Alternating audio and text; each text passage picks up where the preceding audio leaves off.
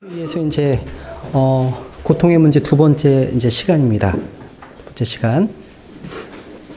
이제 불행에 대해서 이제 불행을 어떻게 이해해야 되는지에 대해서 한번 생각해 보려고 하는데요. 우리가 지난주에 악의 문제 중에서 이제 죄에 대해서 생각해 봐죠. 죄에 대해서. 이 내용은 사실은 신학의 한 분야 가운데 그 변증학이라는 그 과목이 있는데요. 그 변증학적인 관점에서 한번 여러 가지 좀 신뢰를 들면서 한번 같이 한번 생각해 보겠습니다. 그래서 오늘은 불행이라는 관점에서 한번 악의 문제를 한번 들여다보려고 하는데요. 여기서 말하는 불행은요, 불행은 자연재해, 사고, 질병, 그리고 죽음, 또 사업 실패, 또 가정 불화처럼 우리 삶의 평온을 깨뜨리는 모든 것, 이렇게 정의하면 되겠습니다. 그러니까 즉 이 불행 속에는 우리의 행복과 평안을 막는 모든 일들이 대부분 포함됩니다. 한번 우리 주위를 한번 둘러보세요. 불행을 겪지 않는 사람이 어디 있습니까? 우리는 모두가 다 다양한 불행 속에서 살아갑니다. 뜻하지 않는 질병, 또 실패, 사고, 그 수시로 당하고 살아가죠. 경찰청 자료에 따르면요, 2010년 한 해 동안 약 23만 건 정도의 교통사고가 발생했는데요. 이거는 인구 1000명당 5건꼴로 교통사고를 당한 셈입니다. 또 같은 기간 동안 약 5,505명, 그러니까 5,505명이 교통사고로 사망했습니다. 이거는요, 인구 1만 명당 1명이 교통사고로 사망했다는 뜻이에요. 그리고 같은 기간 동안에 약 35만 명이 교통사고로 부상을 당했는데 이런 인구 1000명당 7명이 교통사고로 다쳤다는 뜻입니다. 그러니까 이 비율로 계산하면 우리 가까운 사람들의 상당수가 매주 교통사고로 크고 작은 피해를 입는다는 이야기죠. 근데 사실 평소에 문제가 있었거나 사람들 사이에서 평판이 좋지 않았던 사람이 불행을 당하면 대부분의 사람들은 속으로 애당초 그럴 줄 알았어.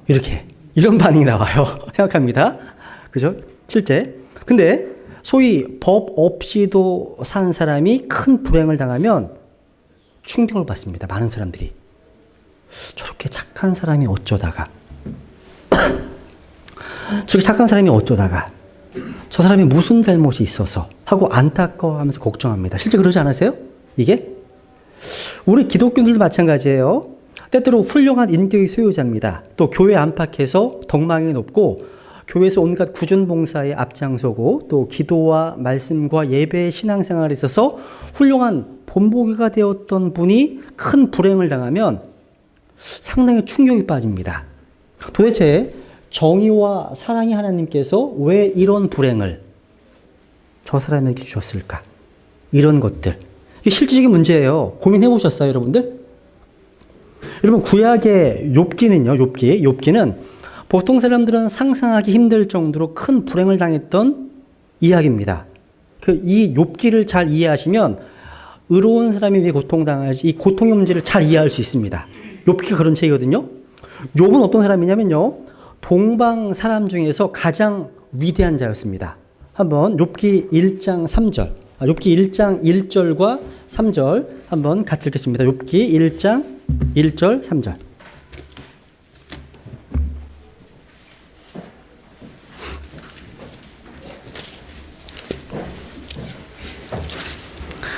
예, 에스더 다음이 욥기죠. 욥기 강의를 한번 해볼까 하다가요, 제 역량이 안 돼서 욥기가 하도 심오한 책이다 보니까요, 이런 고통의 문제를 다룰 자신이 없어서 욥기는 나중에 제가 더 성장하면 예, 욥기 1장 1절 같이 읽어보죠. 시작. 우스 땅에 욥이라는 이름의 한 사람이 있었는데 하나님을 두려워하고 악을 멀리하는 자더라. 계속 읽죠. 시작. 그에게 아들 7과 딸 3이 태어나니라. 또한 그의 재산은 양이 7,000마리요, 낙타가 3,000마리요, 소가 500결이요, 암나귀가 500마리이며 집안 사람들로 심이 많았으므로 이 사람은 동쪽의 모든 사람 중에 가장 큰 자더라. 됐습니다. 이거 보세요. 욥은 여기 어느 땅이에요? 우스 땅이죠. 영어로 UZ입니다. 오늘날 성경을 얼마나 안 읽는지 이 동그라미를 치고서 Z 치고서 의 땅 어떤 나라가 들어갈까 하고 아이들한테 물어봤더니 대부분 U를 짓는 게 아니라 O를 씁니다. O. 오지의 땅 아세요? 오지 마법사? 성경보다 이런 동화나 이런 것도 익숙하게 있다 보니까 성경을 모르는 거예요. 우스의 땅이 나와야 돼. 크리스찬들은 당연히요. 근데 우스 땅이 욥이라는 사람의 이름이 한 사람이 있었는데 그 사람은 완전합니다. 하나님의 평가예요. 완전하고 곧바르며 하나님을 두려워하고 악을 멀리하는 자였습니다. 그래서 이 사람은요, 동쪽의 모든 사람들 가운데 the greatest, 가장 큰 자, 가장 위대한 자라고 인정받는 사람이었습니다.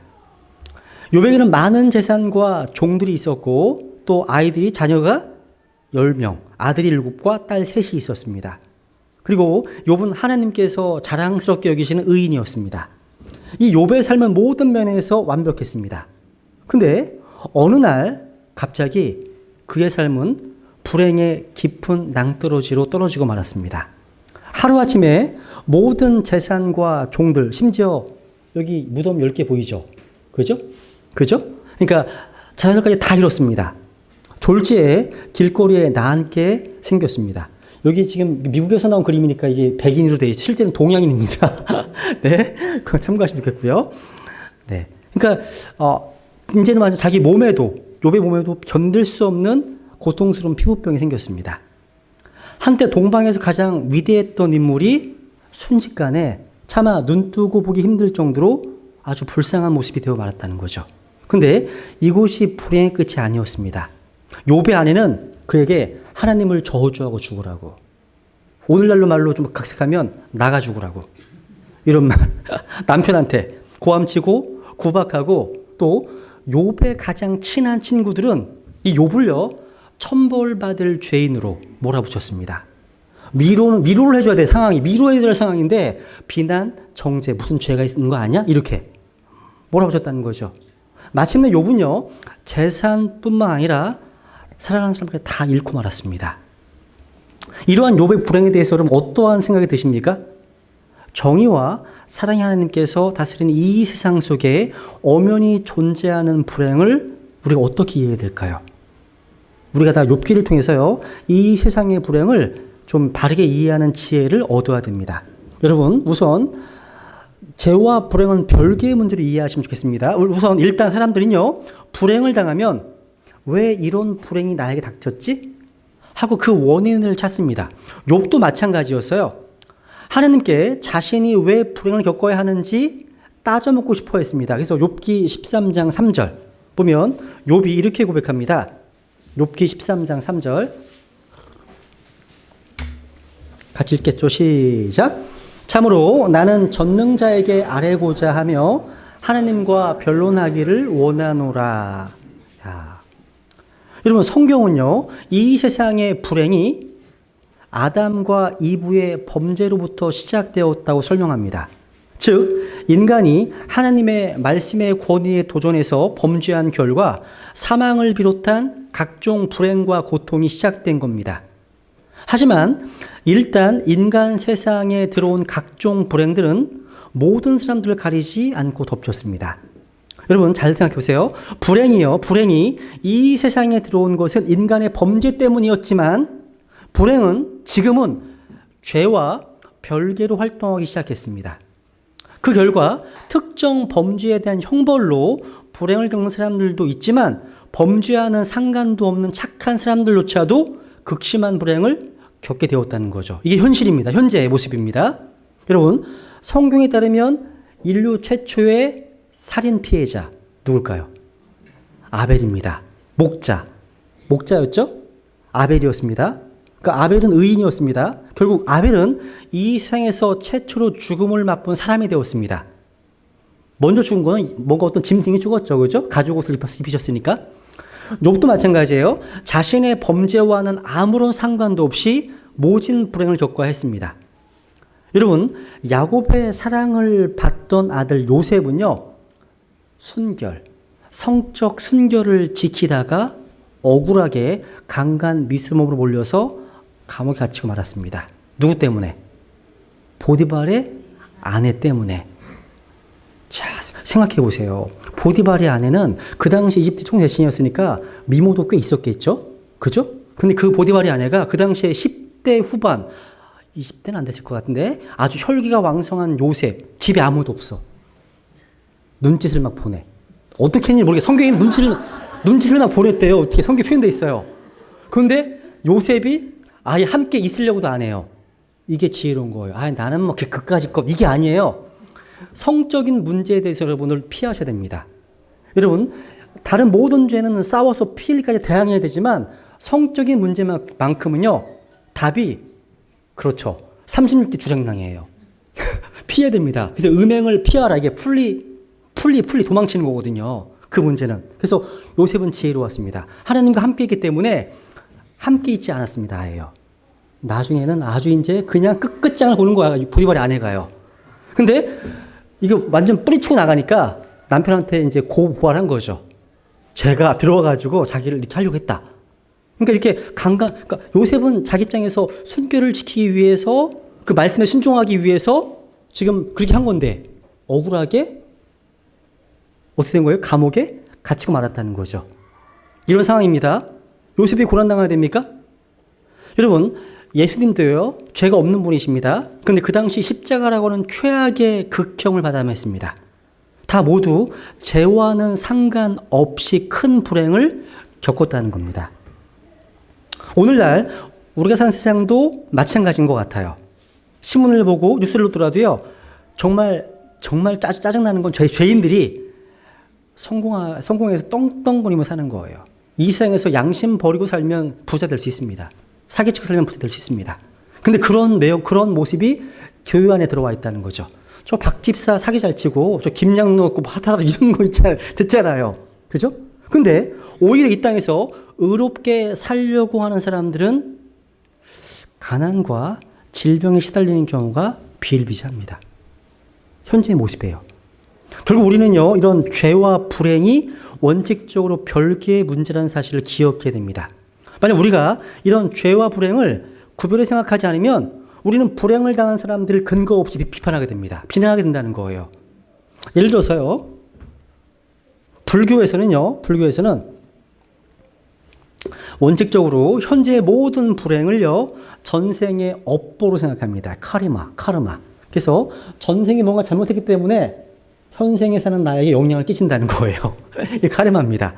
그래서 그 사람이 아득한 과거에 죄를 지었기 때문에 현재의 그 죄값을 치른다는 뜻입니다. 결과적으로 이 사상은 뭐냐면 현재 불행을 당하는 사람들을 모두 다 죄인이라고 비난하는 셈입니다. 또 어떠한 종교인들, 교회에 다니시는 분들이신데요, 모든 불행을 악령과 마귀의 소행으로 이해합니다. 심지어 무속신앙에 빠진 사람들은 불행만 당하면, 아니 때리는 불행이 생기기도 전에 악기를 쫓아내겠다고 구판을 벌입니다. 여러분 그런 거 모르세요? 길거리 다니다 보면 요즘 되게 심합니다. 그 되게 괜찮은 두 명의 아가씨들이요, 저에게 다가와요.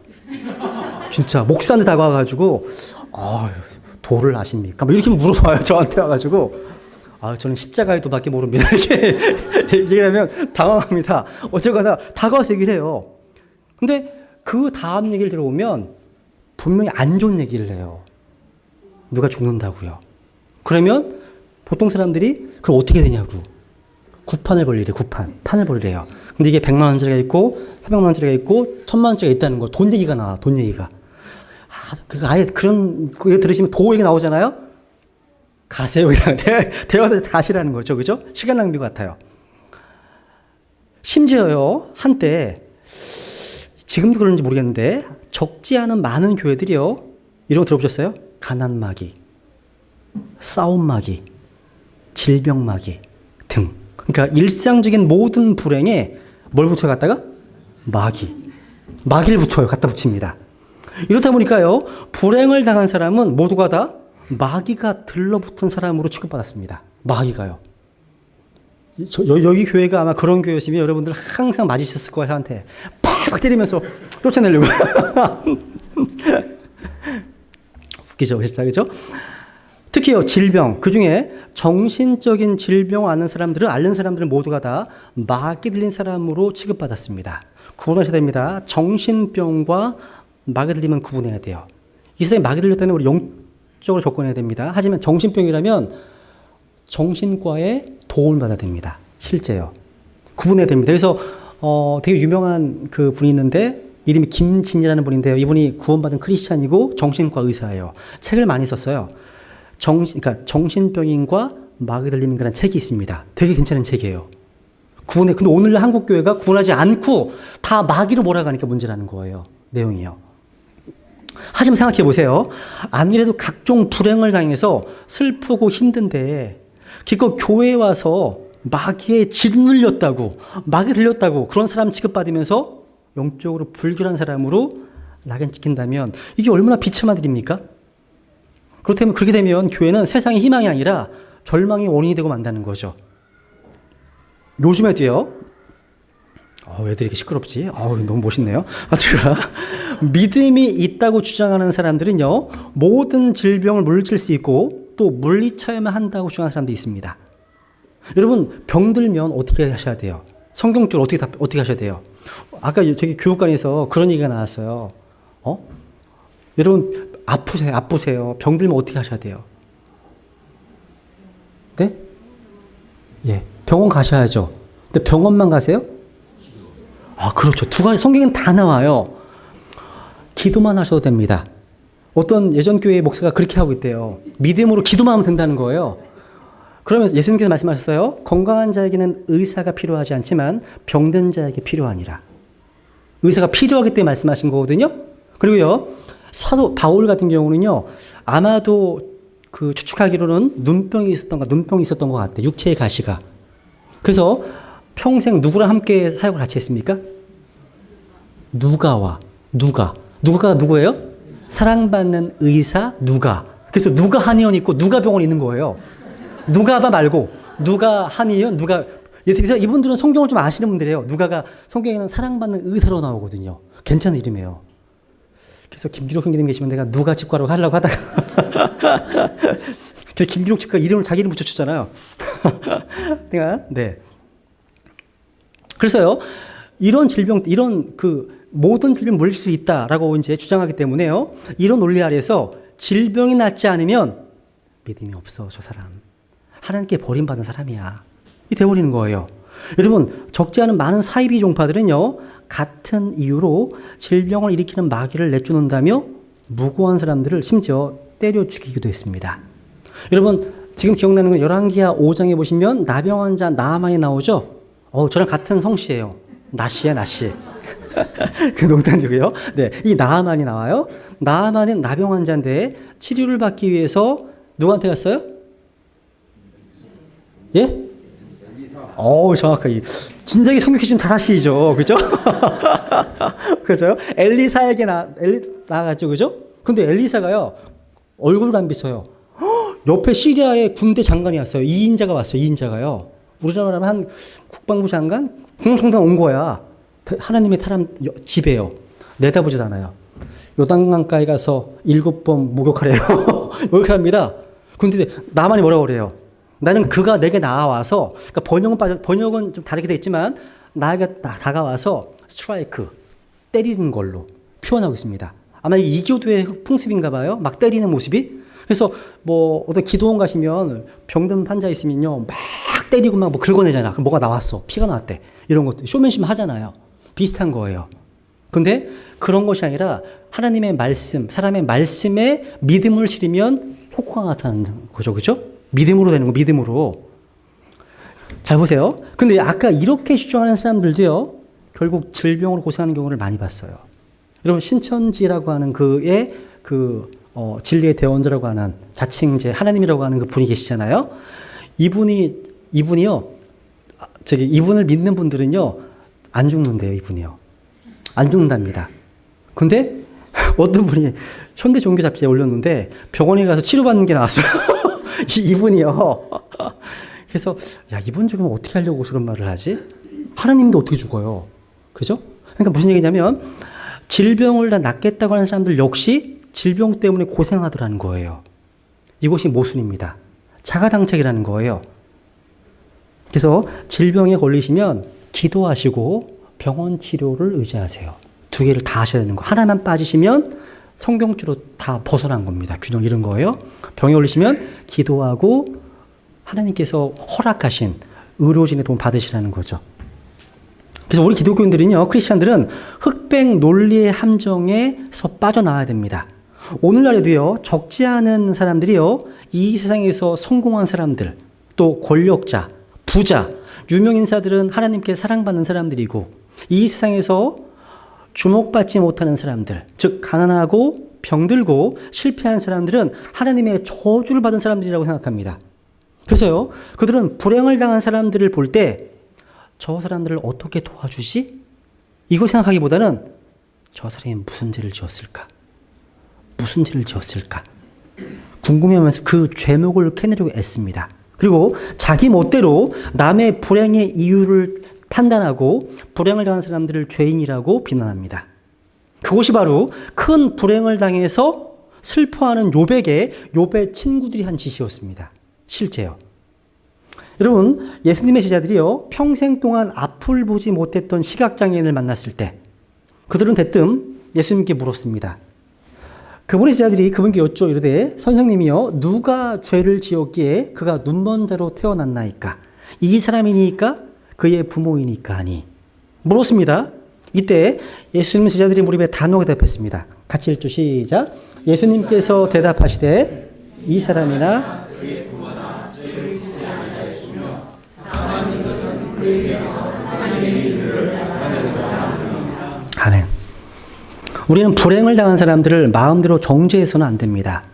그 대신 그들에게 예수 그리스도의 그 위로를 전하는 손과 발이 되어줘야 됩니다. 그들과 함께 울고 그들과 함께 아파해 줘야 합니다. 이것이 바로 누가복음 10장에 나와 있는 선한 사마리아인의 한 일입니다.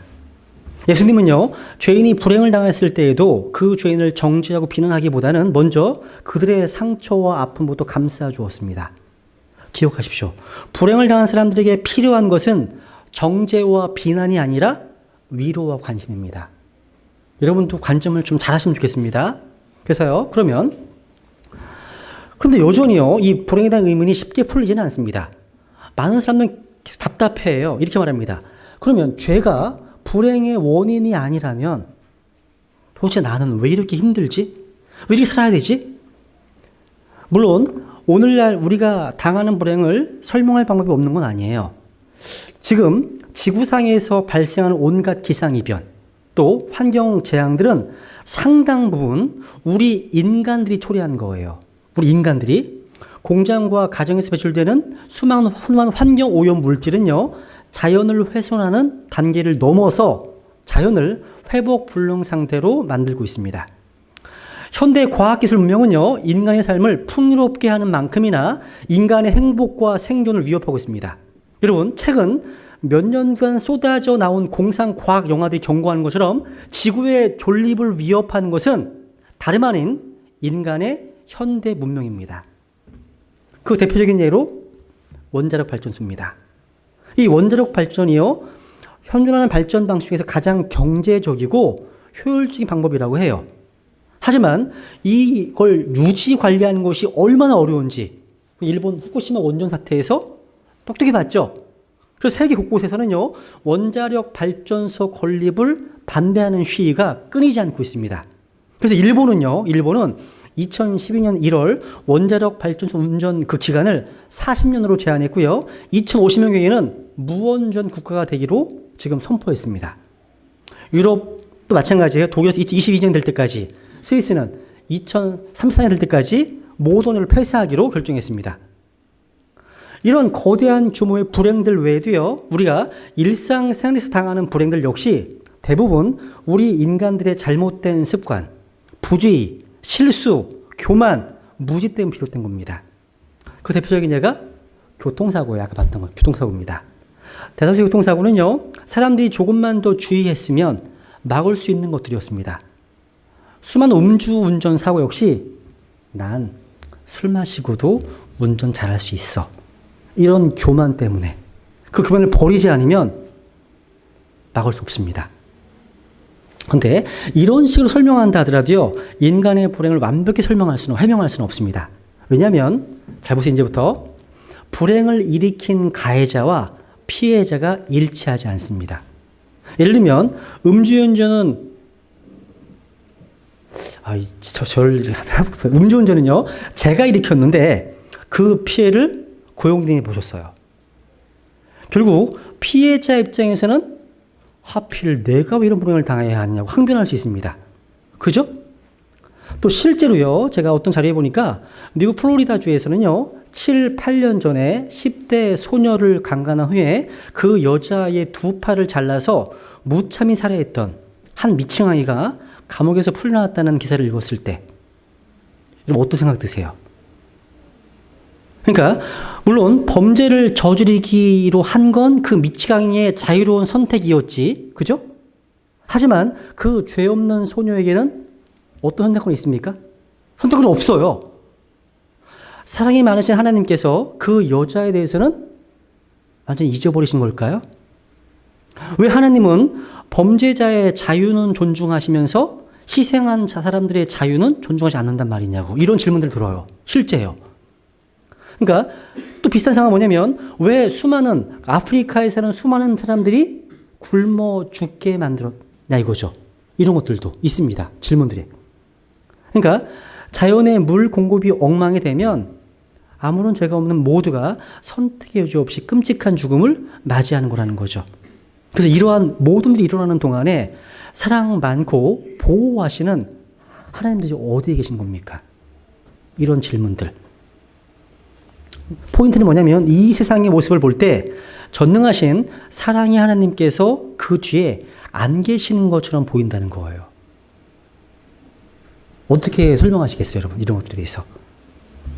쉽게 답할 수 있는 성질의 것이 아닙니다. 근데 하나님께서요, 잘 보세요. 첫 번째는 뭐냐면, 자신의 피조물들에게 자유의지를 주셨습니다.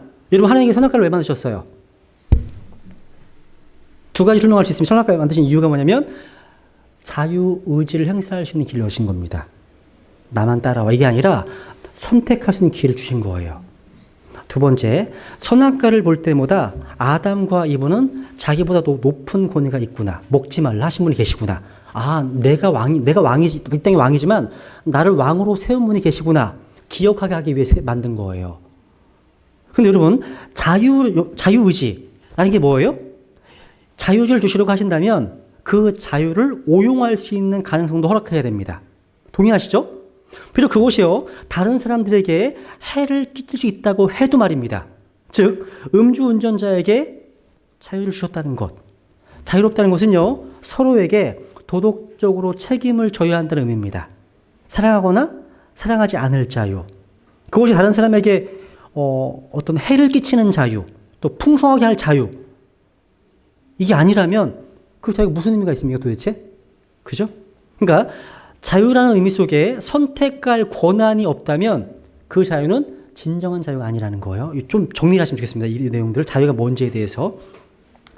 좀 어려우신가요? 변증하기라 좀 어렵죠, 그죠? 졸리시죠? 또 조시는 분 계신가? 잠깐만요. 네. 네. 그러니까 만약에 로봇과 같은 인간은 별로 창조할 만한 가치가 없습니다. 그렇다면 왜 하나님께서는요, 어떤 누군가가 이러한 자유를 오용해서 다른 사람에게 해를 끼치려 할 때마다 간섭하지 않으시는 걸까요? 그 답은요, 자유 자체의 본질에서 찾을 수 있습니다. 그러니까 오용되려 할 때마다 자유를 행사하지 못하게 방해를 받는 자유라면 그게 자유입니까? 자유가 아니죠. 이 자유에 대한 이해를 시키는 게 필요합니다. 자유.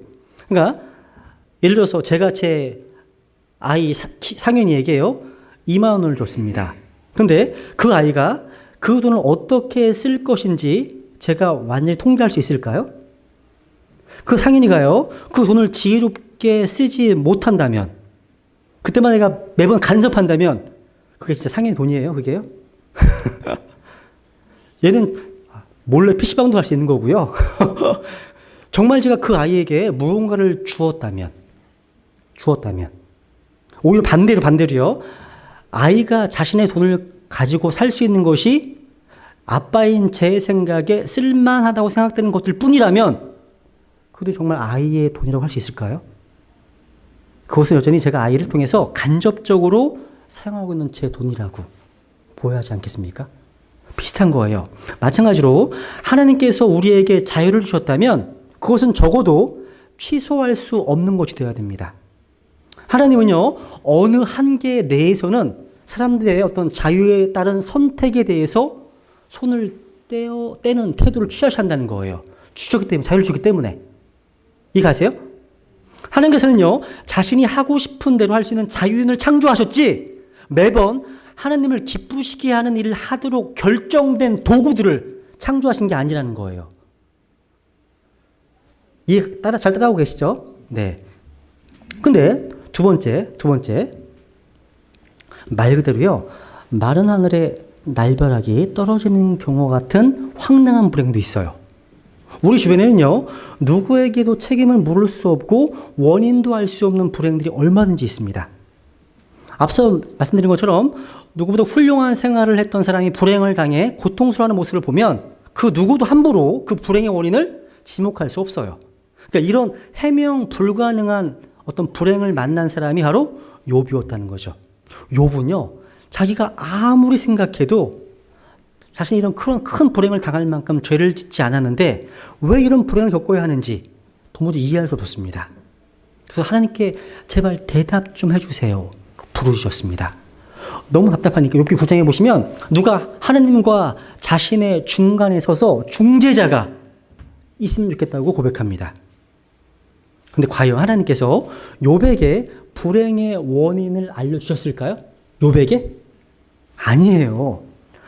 안타깝게도요, 하나님께서는요, 욥에게 끝까지 그 이유를 설명해 주시지 않고 침묵을 지키셨습니다. 그리고 욥의 시련이 끝날 때쯤, 욥기 37장부터 그때쯤 오히려 거꾸로 질문을 한참 하셨습니다.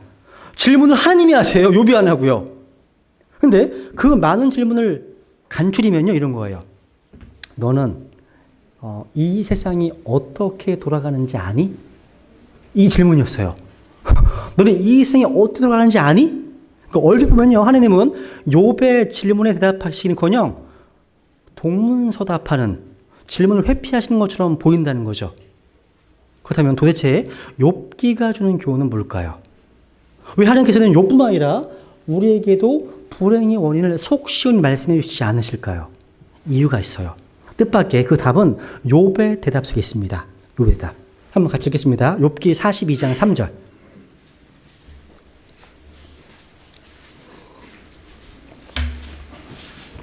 같이 읽죠. 시작. 지식도 없이 이치를 가지는 자가 누구니이까? 그런즉 내가 깨닫지 못한 것을 말하였으며 내게는 너무 놀라운 일들 곧 내가 알지 못한 일들을 말하였나이다. 야, 그렇습니다. 무슨 얘기냐면 내가 깨닫지 못한 것. 그러니까 우리의 이해력에는 분명히 한계가 있습니다. 한계가 있어요. 특히 하나님의 왕국과 하나님의 뜻을 온전히 이해하기에는 우리의 지적 능력이 턱없이 부족합니다. 부족해요. 사실 같은 인간들이라도요, 언어가 서로 다른 사람들끼리는 서로 이해하지 못합니다. 그죠? 또 같은 언어를 쓰는 사람들끼리도 대화하다 보면 많은 오해를 이제 낳게 됩니다. 특히 한글이 그래, 한글. 한글은 주어가 잘 없어. 밥 먹었나? 주어가 없어요. 영어는 주어가 분명해요. 유나 분명히 나와요. 한글이 어려워요. 그래서 한글은 머리 자르고 꼬리 자르면 무슨 얘기인지 못 알을 때가 되게 많아요. 제 개인적으로. 더군다나 시간과 공간 그리고 문화를 초월해서 대화하는 건 더 어려운 일이죠. 예를 들면 우리가 지금 뭐 유행하는 스마트폰을요, 약 2000년 전의 사람들에게 설명해 보세요. 설명하실 수 있으시겠어요? 실제 이런 기사가 있어요. 보니까요, 과거에요, 조선시대에서 미국을 방문했던 수신사들이요, 엘리베이터를 처음 봤대요. 그들은 큰 충격이 빠졌대요. 그들은요, 조선으로 돌아와서 자신들이 본 엘리베이터를 열심히 설명하기 시작했습니다. 미국에서는 집이 막 하늘로 올라갔다 내려갔다 하더라. 이렇게 설명했다는 거예요. 하지만 그들의 말을 들은 사람들이 반응 어땠을까요? 저 사람들이 오래 여행하다 보니까 머리가 어떻게 됐군 이렇게 반응했다는 거예요. 이처럼 인간들끼리도 대화하기가 쉽지 않은데 하나님과 우리 사이의 대화는 어떻겠습니까? 하나님께서 아무리 설명해 주셔도 현재 이 세상에 살고 있는 우리는 온전히 이해할 수 없어요. 그래서 성경에서는요, 우리가 부분적으로 이해한다고 되어 있어요. 주님께서 오시는 그날 완벽하게 이해할 수 있습니다. 그래서 이 땅에서 우리는 믿는 수밖에 없습니다. 이 땅에서는 우리가 믿는 것이고 저 하늘 가서는요, 완전히 이해하는 곳이에요. 그래서 여러분 예수님께서 비유로 많이 말씀하셨잖아요. 그러니까 우리가 모르는 하늘에 속한 것을요, 항상 지상에 있는 것으로 비유해서 말씀하셨습니다. 지옥이 무엇인가 했더니 예루살렘 성 밖에 있는 저 쓰레기장 저거 같으니라 이렇게 말씀하셨어요. 이게 게헨나입니다. 게헨나. 흰놈의 골짜기. 그러니까 예수님의 비유는요, 우리 인간의 지적 한계 때문에 생긴 겁니다. 그래서요, 하나님께서요, 불행의 원인을 묻는 우리에게 침묵하시는 이유는 하나님께서 무뚝뚝하시거나 우리가 겪는 교통에 대해 무관심하시기 때문에 절대 아닙니다. 하나님께서는요, 그 이유를 설명해 주셔도 우리가 다 감당할 수 없기 때문이에요. 그래서 이사야서 보세요. 제가 이런 구절은 꼭 기억하시면 좋겠습니다. 복음 전하실 때. 같이 읽어볼게요. 시작. 내 생각들은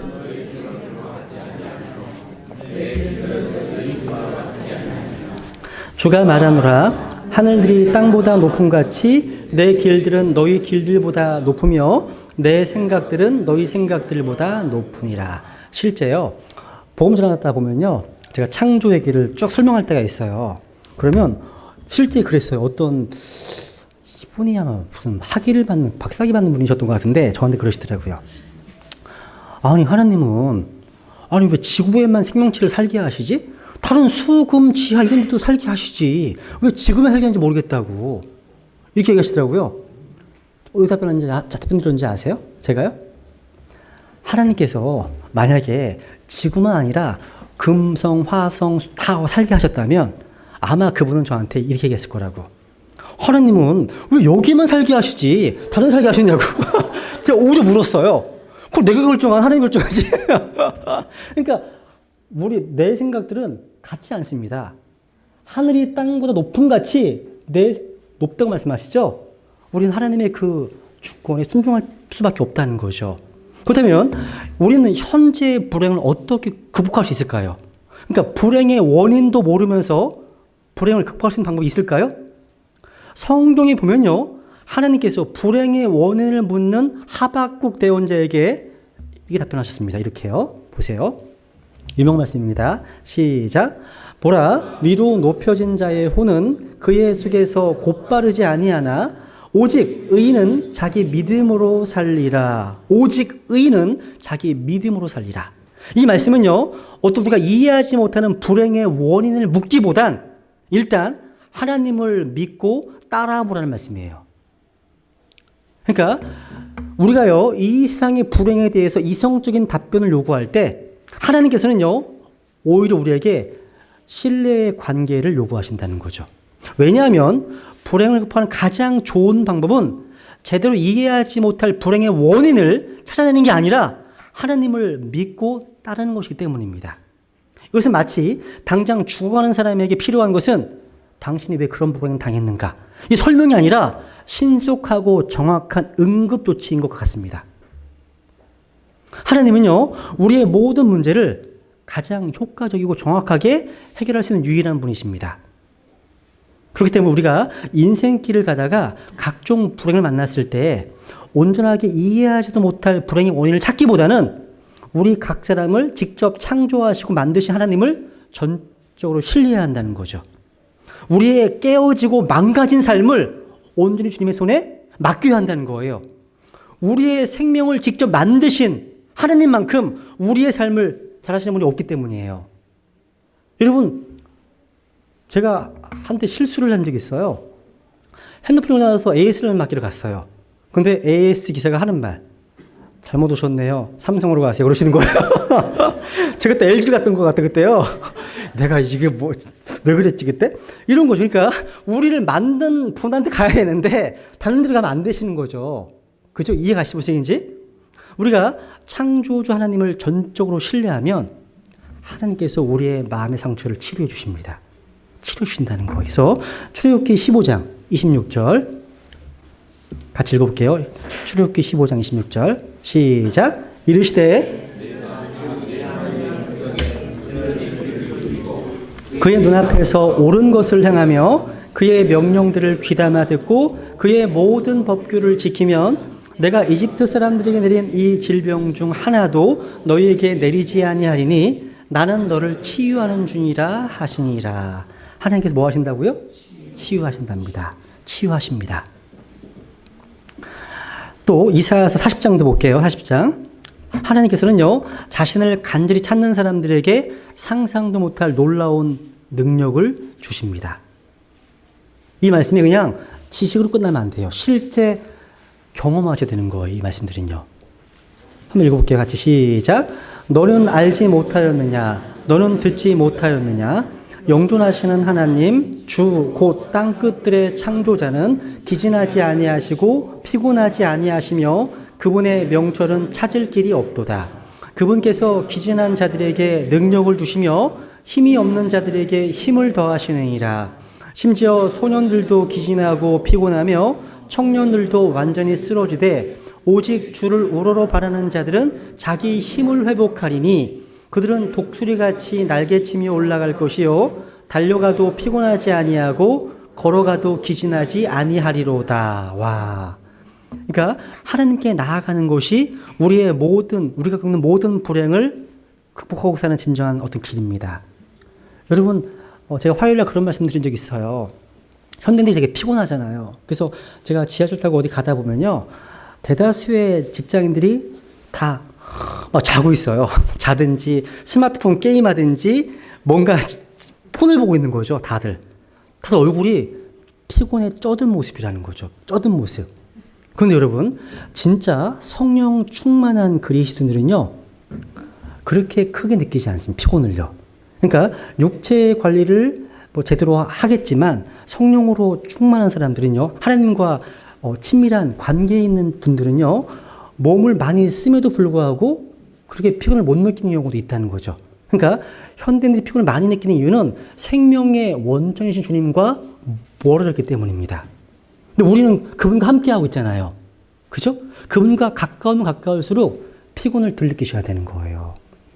여러분 얼굴이 막 다들 좋으시네. 괜찮네요. 얼굴이 좋으셔야 되는 거예요. 여러분 경기도 부천에요. 이분 아세요?